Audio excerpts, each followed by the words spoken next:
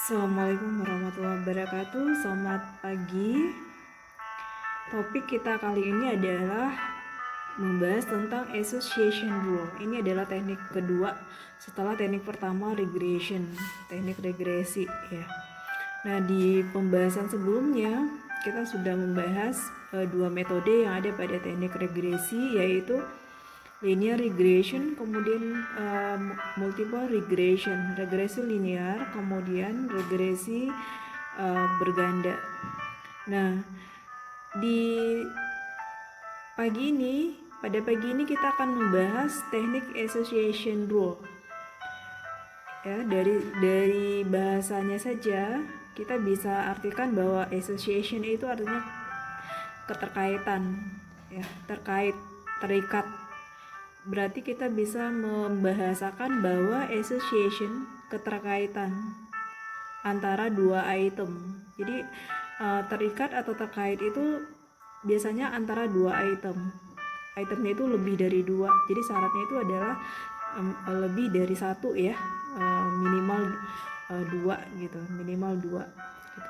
Karena tidak ada satu item satu item itu bisa terkait, itu tidak ada gitu. Nah, association rule ini masuk ke dalam descriptive modeling. Kenapa? Karena di sini konsepnya dia akan menemukan pola gitu, menemukan pola. Jadi tugas kita bukan memprediksi tapi menemukan sebuah pola. Dan ini masuk juga ke dalam unsupervised learning. Kenapa? Karena tidak ada data training dan tidak ada data testing. Kita tidak mengenal data training dan data testing. Kenapa lagi? Karena untuk mendapatkan sebuah nilai kita tidak mengacu ke nilai yang sudah ada. Ya, secara konsep tugas kita hanya menemukan pola, ya, menemukan pola. Tugasnya hanya mendeskripsikan pola ya atau tren dari sebuah pengolahan data gitu. Oke ya. Nah, seperti yang kita ketahui bahwa association juga memiliki banyak metode-metode ya. Nah, di antaranya yaitu ada a priori yang pertama, kemudian yang kedua ada FV3, kemudian yang ketiga ada FV Gross. Nah, ada karma juga ya, ada 4. Sebenarnya banyak lagi metode yang termasuk ke dalam teknik ini, teknik association rule. Nah, pada pagi ini kita akan membahas dulu metode a priori ya. Metode pertama pada association rule teknik adalah a priori method ya. Nah, untuk kasus-kasus apa saja yang bisa kita selesaikan menggunakan teknik association rule? Selama kasus yang kita gunakan itu adalah untuk mencari atau menemukan keterkaitan atau hubungan antara dua item atau lebih, maka kita bisa menggunakan teknik ini. Contoh, kita mau melihat pola pembelian konsumen. Ketika mereka membeli sebuah produk A, maka produk apa yang juga dibeli secara bersamaan. Nah, pola itu nanti akan berguna bagi si manajemen untuk melakukan tindakan berikutnya. Seperti apa? Strategi pemasaran mungkin, promosi mungkin, atau kebijakan-kebijakan yang lain yang tentunya bisa meningkatkan pendapatan, bisa meningkatkan produktivitas dari produk ya, meningkatkan profit dan sebagainya.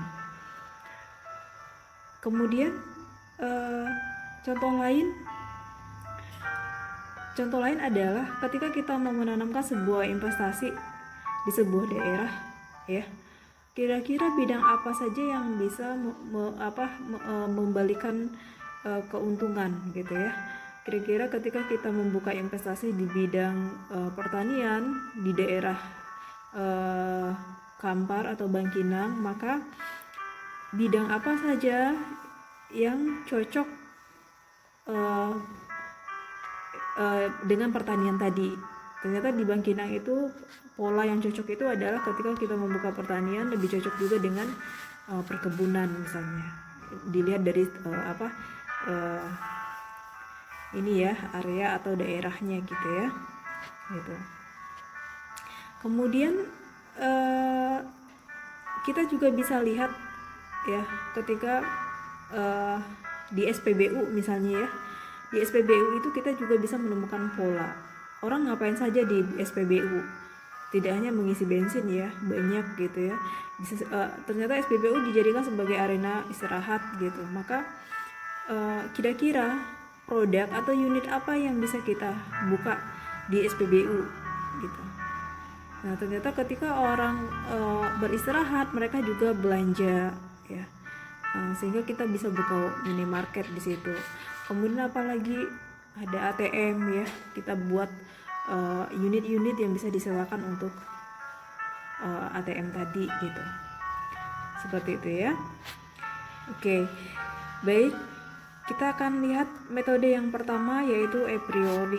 Perhatikan di sini, a priori ini adalah teknik menemukan aturan asosiatif. Ingat tadi asosiatif itu adalah keterkaitan atau keterikatan antara suatu kombinasi item. Kombinasi item yang dimaksud di sini adalah lebih dari satu item. Paham ya? Karena satu item itu tidak bisa terkait, maka dibutuhkan item lain. Jadi minimal ada 2 item atau lebih.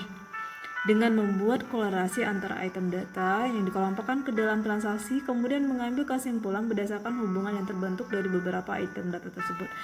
Itu menurut Falcone 2003 ya. Garis bawahi di situ, ini adalah menemukan aturan asosiatif dari kombinasi item. Jadi intinya a priori itu adalah teknik untuk menemukan aturan asosiatif dari sebuah kombinasi item.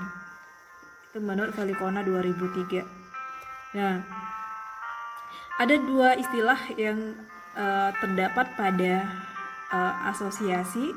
Yang pertama adalah support ya, nilai support. Nilai support ini adalah persentase kombinasi 2 item. Nilai persentase kombinasi 2 item. Nah, support A gabungan B, jumlah transaksi yang mengandung A dan B per total transaksi. Ingat ya, support itu adalah persentase kombinasi 2 item. Nah, rumusnya adalah transaksi yang mengandung A dan B per total transaksi. Kemudian istilah kedua yang ada di a priori ini adalah confidence. Confidence itu adalah frekuensi item A muncul dalam transaksi yang mengandung B. Berapa jumlah A yang muncul ketika B juga dibeli. Jadi ketika membeli selai, berapa orang juga membeli roti gitu. Nah, confidence ini rumusnya adalah jumlah transaksi yang berisi A dan B per jumlah transaksi yang mengandung B.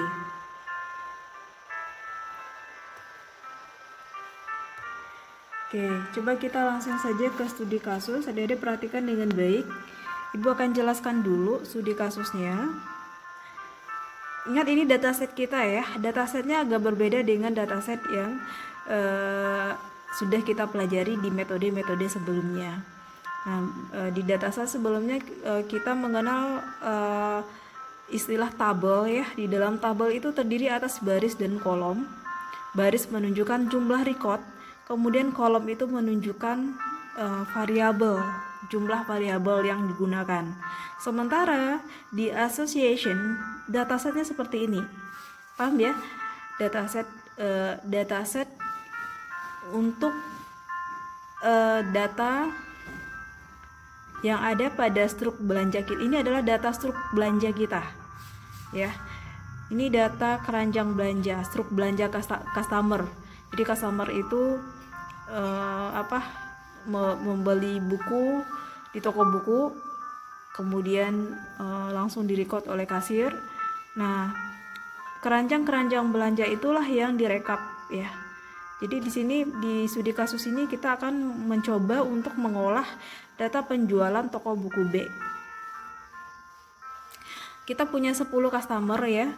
10 customer di kasus nyata ya, di dataset nyata itu bisa dibayangkan dalam satu hari itu berapa transaksi dan berapa customer gitu ya. Nah, di kita simulasi dulu, simulasi sederhana dengan menggunakan data yang simple dan sederhana juga. Ada 10 customer yang belanja di toko B ini. Ada customer 1 sampai customer 10. Customer 1 membeli buku biologi, bahasa Indonesia, kimia. Ini adalah data yang ada di struk belanja mereka ya, di keranjang belanja mereka. Kemudian customer 2, fisika, bahasa Inggris, kimia. Oke, baik. Berarti kita sudah tahu ya. Nah, berarti setiap customer itu kita data. Customer 1 beli buku apa saja, biologi, kemudian kimia, kemudian bahasa Indonesia. Customer 2 lihat struknya, belanja apa saja, fisika, kemudian kimia, kemudian bahasa Inggris, selebihnya kosong. Paham ya? Sampai ke customer 10 kita data. Kita data sampai ke customer 10. Oke ya. Nah, jadi ini langkah yang pertama. Langkah yang pertama adalah mengkonversi data. Nah, langkah yang kedua adalah melakukan penjumlahan untuk setiap transaksi. Paham ya? Oke, coba kita lihat fisika itu dari 10 customer yang terjual berapa buku? Ada 4 buku. Matematika dari 10 customer berapa yang terjual? Ada 6. Biologi juga seperti itu, jumlahkan ke bawah sampai ke buku PPKN. Nah, selanjutnya angka yang ketiga adalah menentukan kombinasi frekuensi item set. Biasanya nanti kalau di soal ujian yang menentukan ibu, paham ya? Kombinasi frekuensi item set. Ingat simbolnya adalah K itu untuk kombinasi 1. K sama dengan 1 gitu ya. Kemudian frekuensi item setnya itu disimbolkan oleh F1. Jadi K1 frekuensi item set 1 itu nggak masuk akal ya. Maksudnya keluar dari konsep sebenarnya bahwa association itu adalah keterkaitan antara 2 item atau lebih. Nah, tapi kalau misalnya kita coba juga untuk K sama dengan 1, kombinasinya hanya 1, F sama dengan 1, maka dia hanya terkait dengan dirinya sendiri. Berarti 7 jenis buku tadi, berarti fisika, matematika, biologi, kimia, bahasa Indonesia, bahasa Inggris. Nah, PPKN juga. Nah, ini tidak berlaku di asosiasi. Kenapa? Karena asosiasi itu adalah keterkaitan antara 2 item. K-nya sama dengan 2 minimal ya. Kemudian F-nya juga 2. Frekuensi item setnya 2 gitu. Paham ya? Jadi kalau misalnya kita coba di K sama dengan 1, kombinasi item setnya 1, maka frekuensi item setnya adalah fisika, matematika, biologi, kimia, bahasa Indonesia. Berarti ada 7 item. Nah, ini tidak dipakai. Kenapa? Karena ini tidak sesuai dengan konsep dari association. Dia hanya terikat pada dirinya sendiri gitu ya. Ingat, association ini adalah keterkaitan antara 2 item, minimal 2 item atau lebih. Kita coba K-nya, jumlah kombinasinya 2. Kombinasi sama dengan 2. Maka frekuensi item set yang terbentuk, ingat frekuensi item set disimbolkan huruf F ya.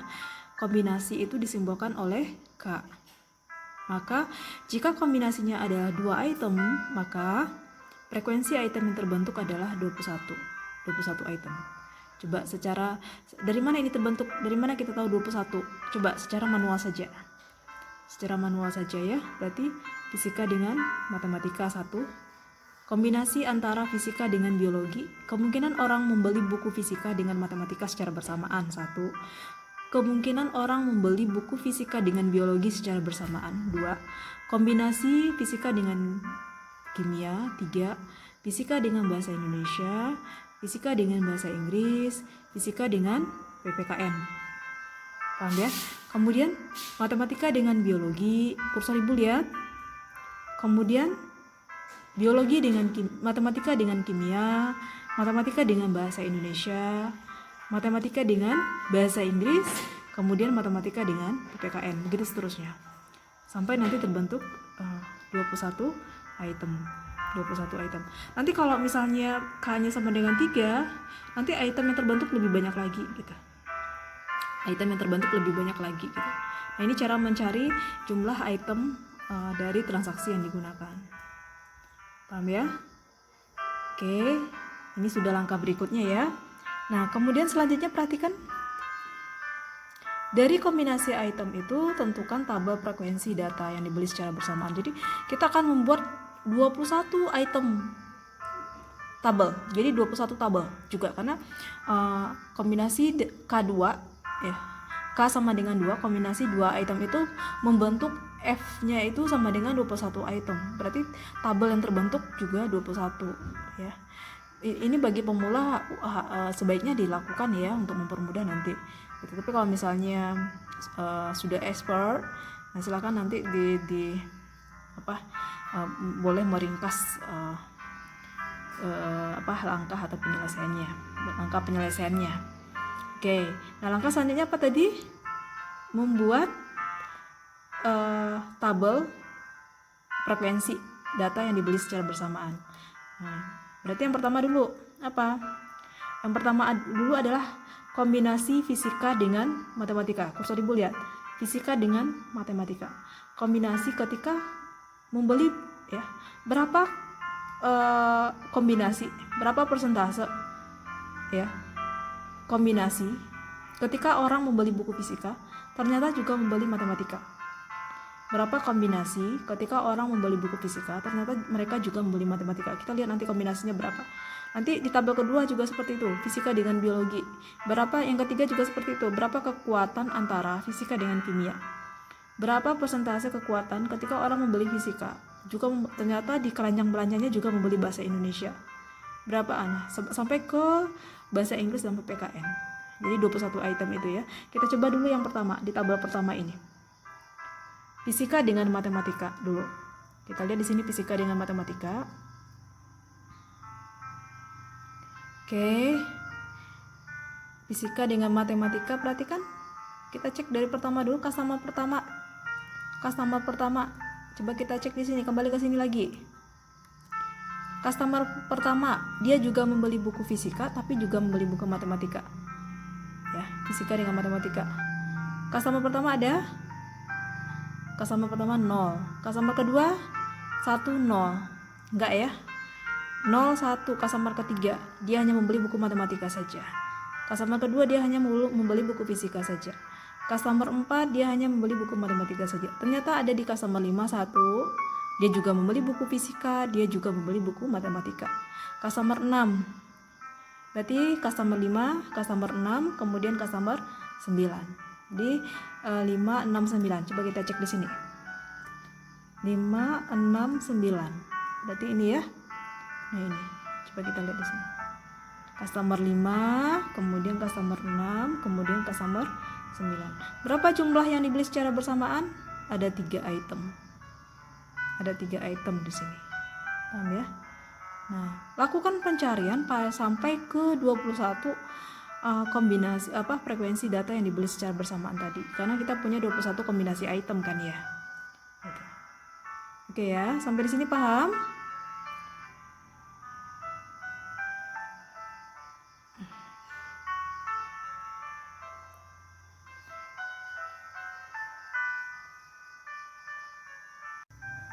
Nah, dari 21 tabel tadi kita hanya memilih yang maksimal, jumlah item set yang maksimal. Kebetulan di kasus ini jumlah item maksimal itu adalah 3.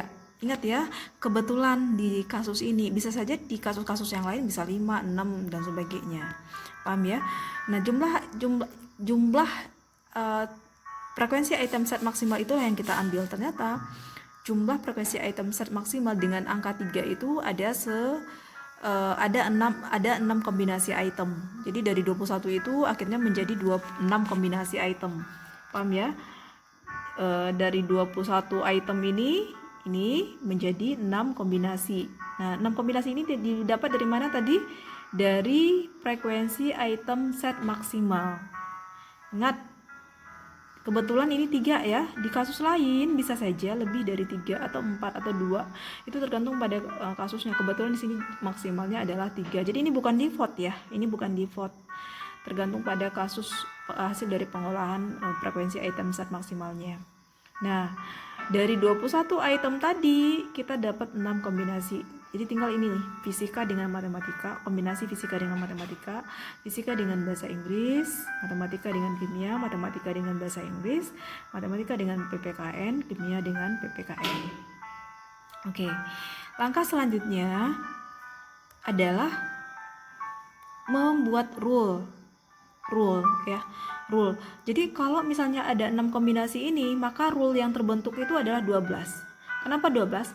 Karena fisika kemungkinan orang membeli buku fisika dengan matematika ya berbeda nanti hasilnya matematika dengan fisika. Jadi ini 2 rule ya, ini 2 rule berarti fisika dengan matematika, matematika dengan fisika, karena nanti akan berbeda di rumusnya ya. Ini kita identikan dengan A, produk A ya, kombinasi A. Tadi kan ada ketika A mengandung B gitu ya, berarti kita anggap ini A, ini B ya, paham ya? Berarti ini nanti ketika dia balik, ini menjadi A, ini menjadi B gitu. Itu kenapa dia berbeda nanti. Jadi fisika dengan matematika, matematika dengan fisika, fisika dengan bahasa Inggris, kemudian bahasa Inggris dengan fisika. Berarti nanti rule yang terbentuk itu adalah sebanyak 12. Jadi dari 6 kombinasi tadi kita akan membentuk berapa? Membentuk 12 rule. Ya, kita akan bentuk 12 rule di situ. Nah, ini rule yang terbentuk. Rule-nya adalah juga menggunakan kaidah if then ya. If jika membeli buku fisika, maka customer juga membeli buku matematika. Jika membeli buku matematika, maka customer juga membeli buku fisika gitu. Berarti ada 12 rule yang terbentuk gitu. Oke, sampai di situ paham? Oke, baik. Ibu lanjutkan lagi. Baru nilai support dan confidence-nya kita cari. Jadi kalau rule-nya sudah terbentuk, maka langkah selanjutnya adalah mencari nilai support dan confidence. Ingat, nilai support itu dilambangkan dengan huruf S, kemudian confidence itu dilambangkan dengan huruf C. Nah, rumusnya apa? Jumlah transaksi yang mengandung A dan B per total transaksi, kemudian confidence jumlah transaksi yang mengandung A dan B per jumlah transaksi yang mengandung B. Paham ya? Jumlah transaksi yang mengandung A dan B per total transaksi, kemudian jumlah transaksi yang mengandung A dan B per jumlah transaksi yang mengandung B, itu confidence. Ingat tadi A dan B.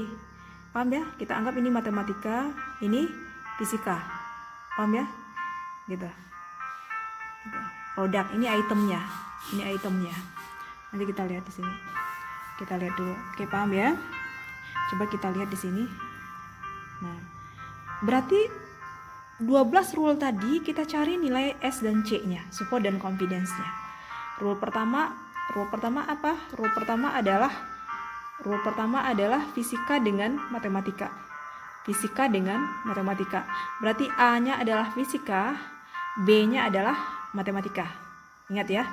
A-nya adalah fisika, B-nya adalah matematika. Oke, kita akan cari rule pertama dulu ya, fisika dengan matematika. Fisika itu kita identikan dengan A, item A, kemudian matematika adalah B ya. Rule pertama adalah fisika dengan matematika. Berapa persentase kombinasi antara fisika dengan matematika? Ketika orang membeli buku fisika, berapa kombinasi ketika dia juga membeli buku matematika? Nah, kita perhatikan ini nilai support. Perhatikan support itu adalah kombinasi A, jumlah transaksi A mengandung A dan B. Jumlah transaksi mengandung A dan B per total transaksi.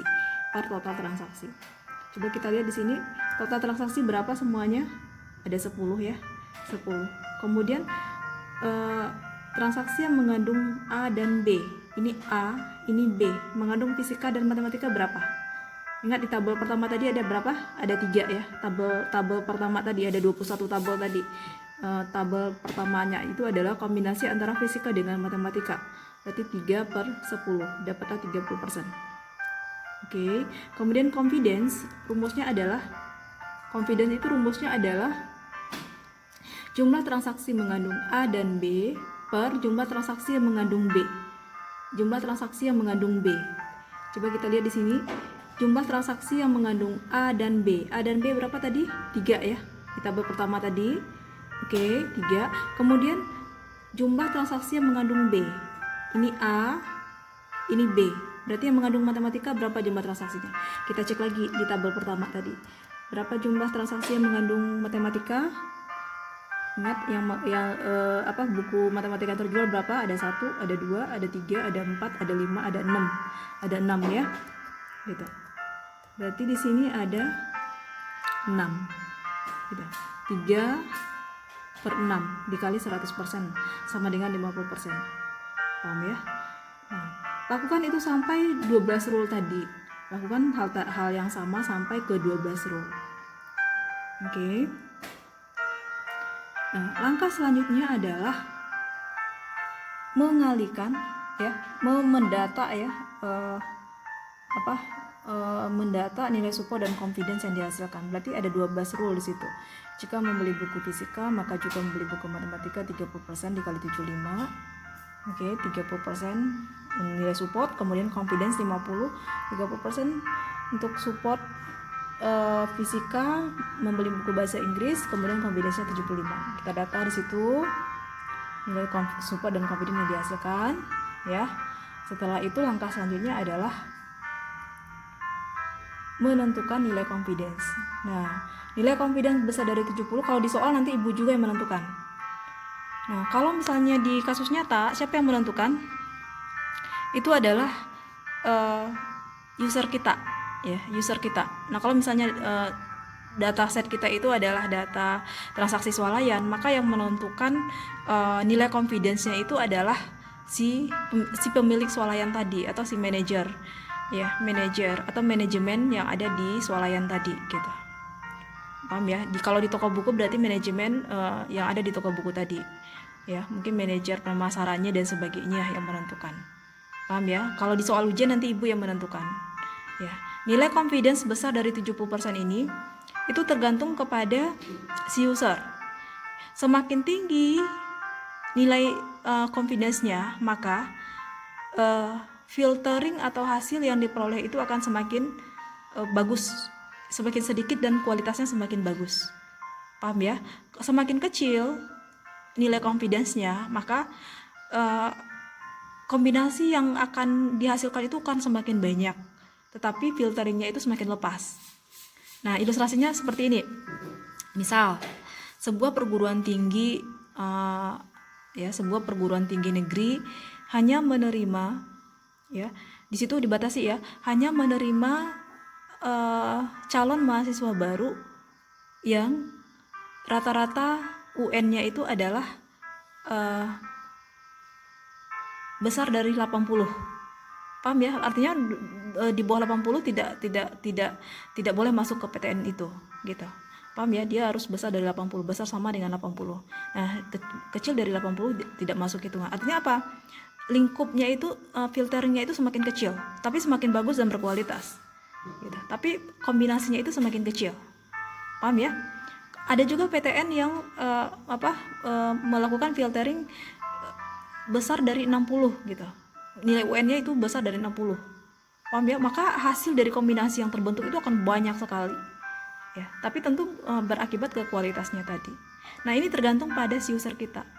Tergantung pada user kita mau mengambil yang mana nilai confidence-nya. Kalau semakin besar, maka akan semakin kecil kombinasi yang terbentuk, tapi semakin bagus dia, ya, gitu. Paham ya? Nah, jadi nanti nilai confidence itu siapa yang menentukan?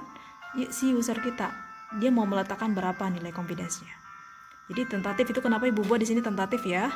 Karena disesuaikan dengan minimum confidence yang ada, gitu. Nah, selanjutnya karena di sini sudah diletakkan bahwa nilai confidence-nya itu adalah besar dari 70%. Maka dari tabel yang rule 12 tadi, yang ini ya, kita kalikan 30%. Kita cek di sini yang confidence, fokus ke confidence saja. Mana confidence yang besar dari 70? Ya, ini 1 diambil, ini 2, ini 3, ada 3 ya. Nah, yang 50 tidak masuk hitungan karena sudah ditentukan bahwa minimal confidence yang digunakan itu adalah yang besar dari 70, gitu. Berarti ada 3 confidence, ada 3 rule di sini yang kita ambil. Nah, hasilnya di sini. Ada 4 rule ya. Ada 4 rule di situ. Ada 4 rule. Nah, setelah itu baru kita kalikan. Jadi kalau sudah di tahapan ini, penentuan minimum confidence, min-con-nya, minimum confidence, min-con, maka kita kalikan nilai support dan confidence-nya. 30 dikali 75, 30 dikali 75, 30 dikali 75, 30 kali 75. Nah, nilai SC. Nah, nilai SC yang paling terbesarlah yang akan kita ambil, yang akan kita jadikan rule akhir. Paham ya? Kebetulan di kasus ini semua rule-nya mempunyai nilai yang sama, ya. Semuanya mempunyai nilai yang sama, maksimal semua gitu. Artinya nggak ada yang berbeda. Maka semuanya itu akan dijadikan sebagai rule. Paham ya? Gitu. Jadi hasil perkalian confidence dan support S dan C telah diperoleh. Dari hasil tersebut pilih hasil perkalian jumlah yang paling besar. Nah, pada kasus ini rule yang dihasilkan mempunyai nilai yang sama, maka semuanya bisa dijadikan rule. Gitu ya. Jadi intinya apa? Patokannya adalah cari nilai perkalian SC yang paling besar, maka itulah yang dijadikan rule-nya.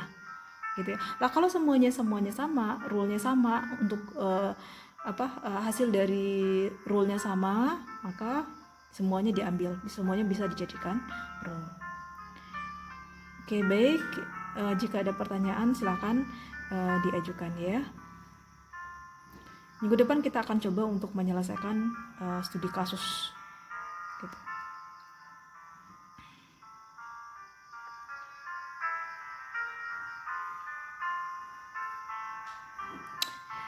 Oke, ini adalah hasil jepretan di kelas reguler ya. Ini perkuliahan data mining. Ini karena adik-adik di masa pandemi ini kita tidak bertatap muka, jadi ibu tidak sempat untuk mendokumentasikan adik-adik ya.